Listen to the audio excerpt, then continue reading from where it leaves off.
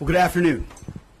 I'm honored to stand right here today alongside one of America's finest, Admiral Brad Cooper, Commander of U.S. Central Command. We just had a chance to spend a couple of hours together, better part of 2 hours, going through the entirety of this operation, Operation Epic Fury. And Admiral, I want to thank you for everything you do and your incredible leadership, for your dynamic thinking, the way you're attacking this problem set on every level.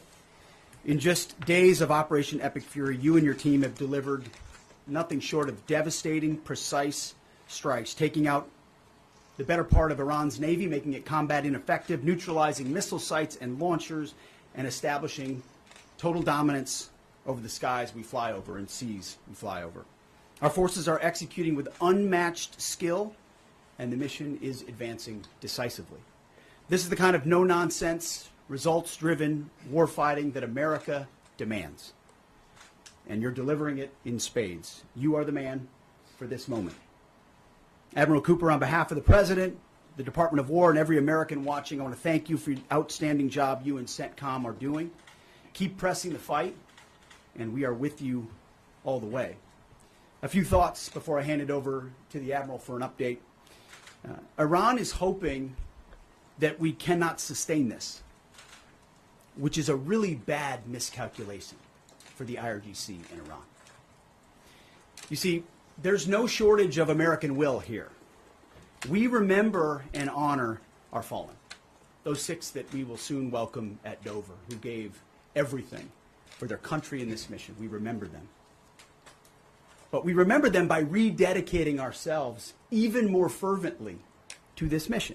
Our commitment to our mission objectives only increases as our advantages continue to increase. We've got no shortage of munitions. Our stockpiles of defensive and offensive weapons allow us to sustain this campaign as long as we need to. Again, our munition status only increases as our advantage increases. Our capabilities, we have only just begun to fight, and fight decisively. Having a chance to hear from Admiral Cooper. If you think you've seen something, just wait.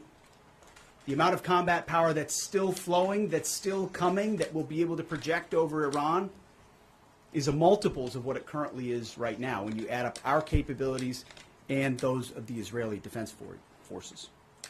And we have no shortage of authorities. The Admiral knows we have clear objectives with maximum authorities on the battlefield. The dumb, politically correct wars of the past were the opposite of what we're doing here. They had vague objectives with restrictive, minimalist rules of engagement. No more. Our authorities, his authorities, CENTCOM's authorities through the President and myself are maxed out.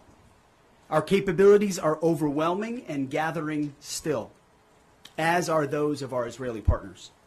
Our munitions are full up, and our will is ironclad, which means our timeline is ours and ours alone to control.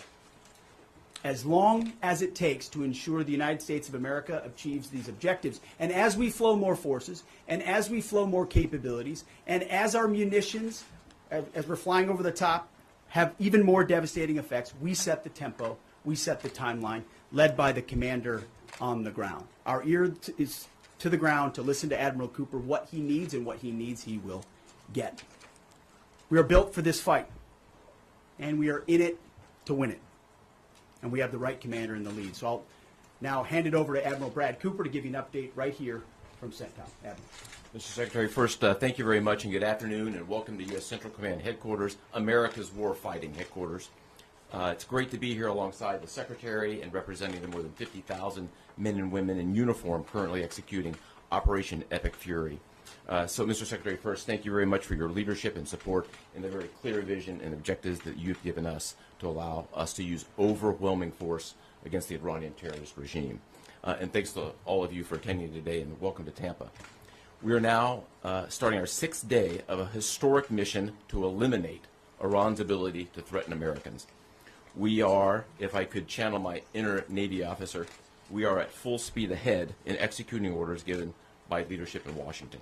The President and Secretary Hegseth have been crystal clear in their expectations, and we are at a high level of execution.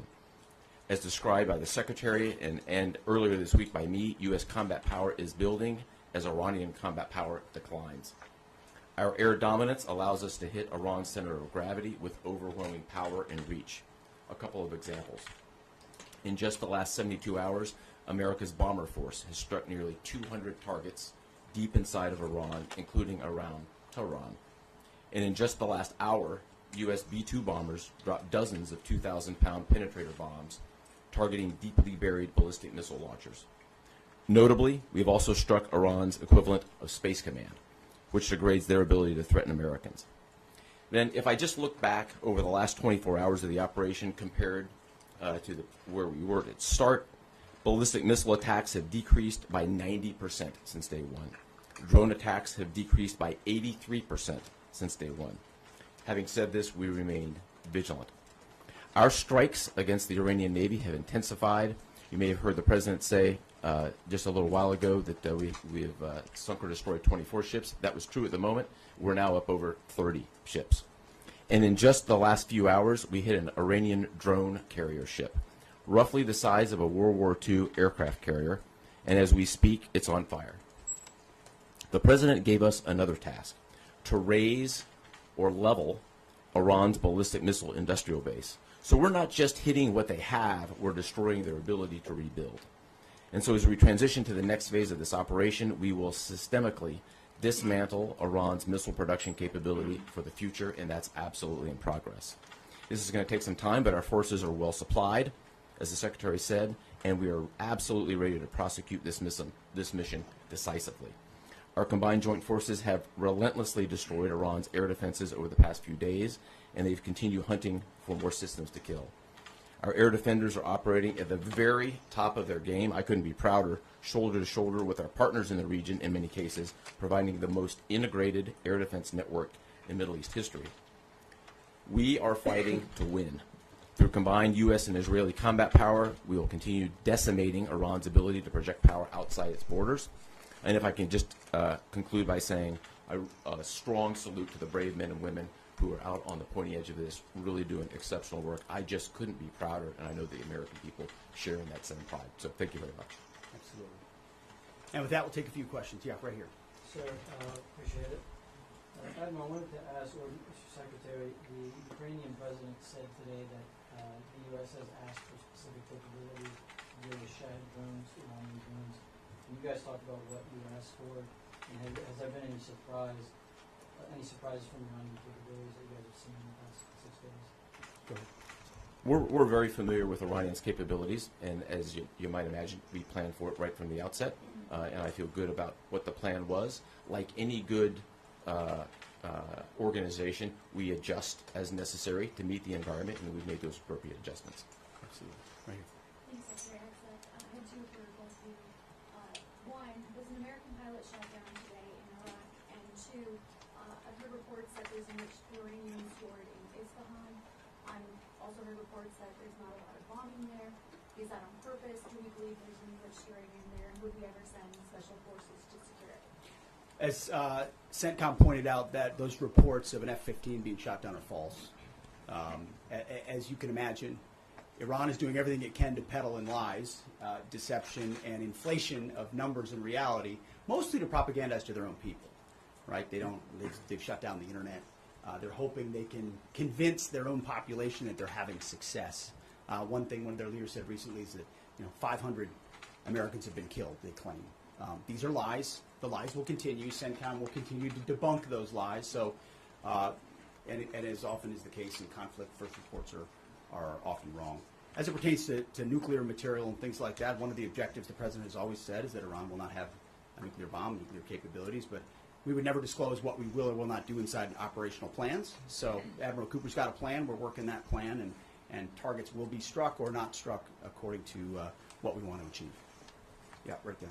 Secretary Hegseth, the President said earlier today in an interview that he would like to have a say in who's the next leader of Iran. Is this an expansion of your military objectives? Do you view it that way?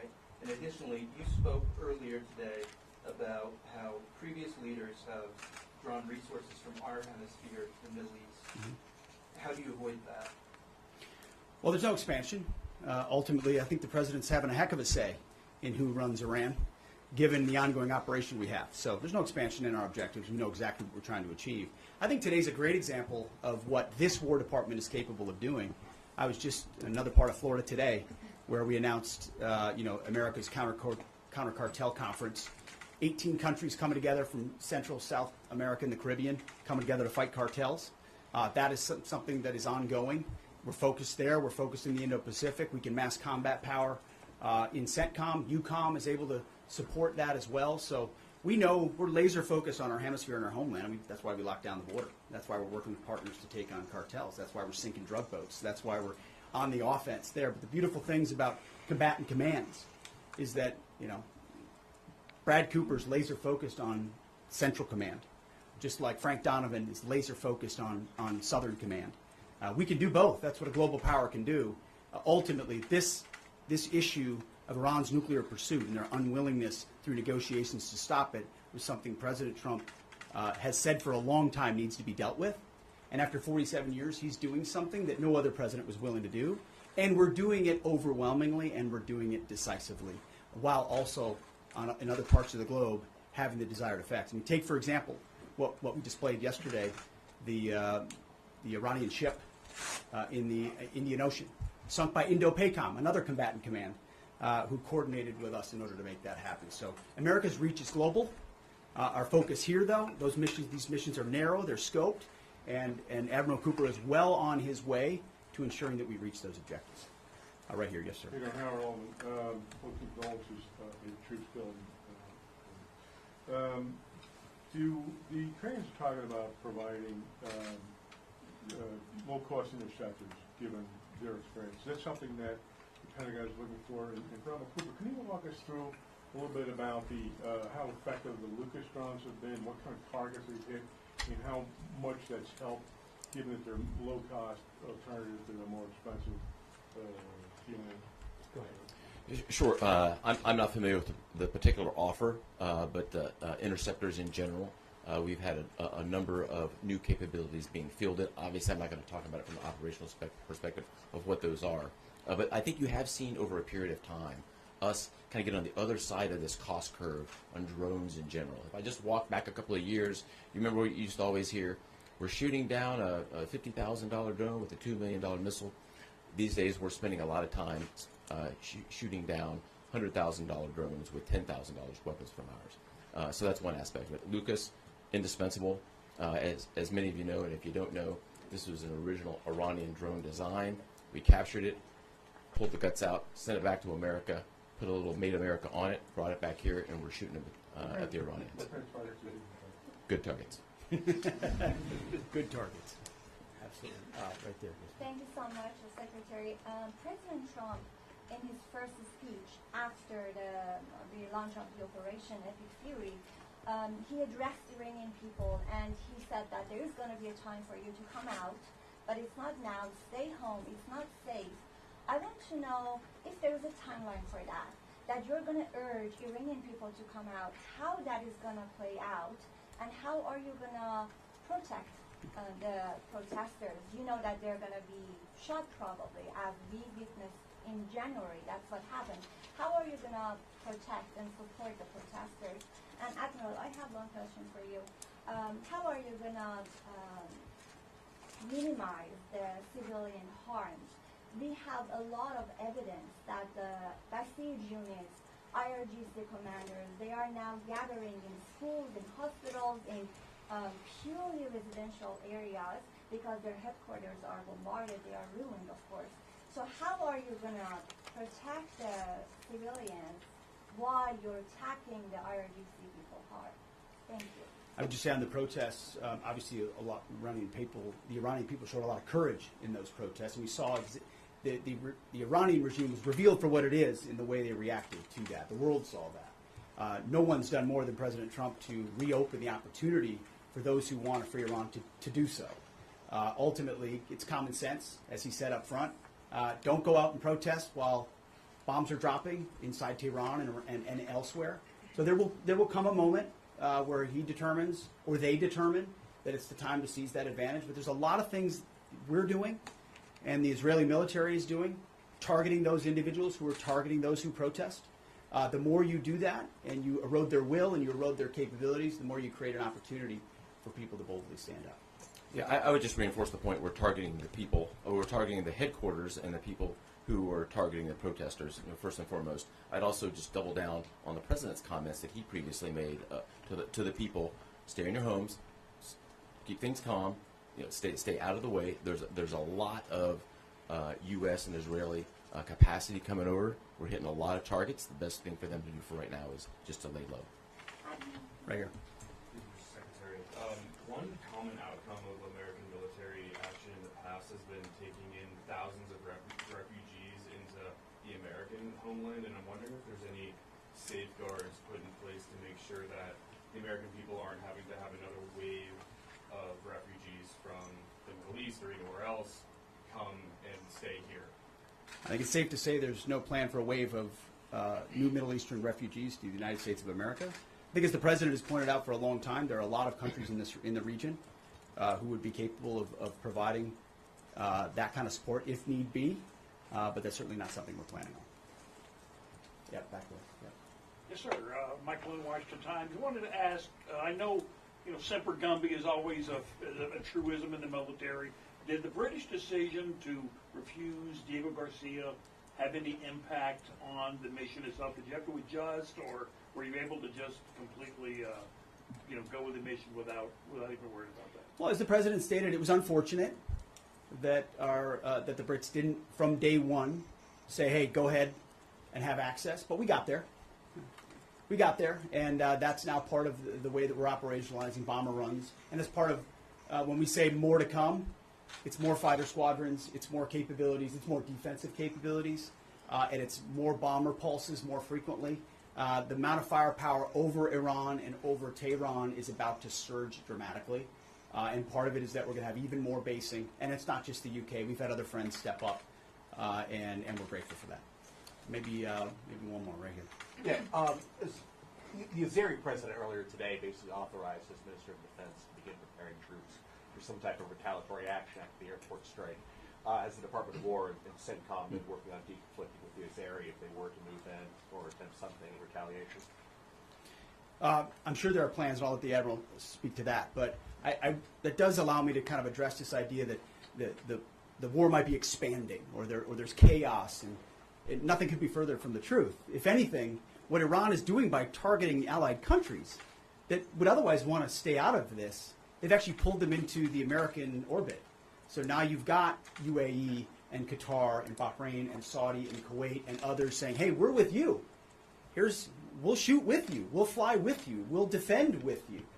We'll allow you more basing and other a lot of which we can't talk about and won't talk about." But it's actually firming up the unity of the resistance in order to focus exactly where we need to. So this idea that it's expanding or going, no, it's actually simplifying in a number of ways exactly what we need to achieve and how we'll achieve it. I don't know if you anything I to that. won't get ahead of policy in terms of what we might do. What I will point out is this is now the 12th country that Iran has attacked. 12 countries, and it goes right back to the Secretary's point.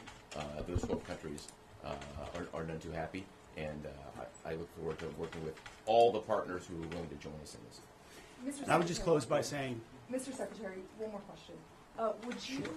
What is your message to Americans who are concerned about security here at home with the change-up that we're going to see at the Department of Homeland Security? well, I think Kristi Noem did an excellent job over there securing our border and keeping us focused on threats, and the President making a change. We all serve at the pleasure of the President. I'm sure Mark Wayne Mullen will do a fantastic job. He's been a friend of mine for a long time. But Kristi did a great job setting us up for success. So I don't have any concerns about whether or not the homeland will be covered down on. And I'll just end by saying I wish every American could get a chance to see what we see. I had a chance to go into the control room, into the Tactical Operations Center, go see these young men and women that are doing this, the dedication that they show at every level, the way they've refined their craft. I was talking to a young colonel who's iterating on how we target and how we find and fix different aspects of what the Iranians are trying to do. If they don't know what they're up against. And if they think they've got it solved for, they're wrong.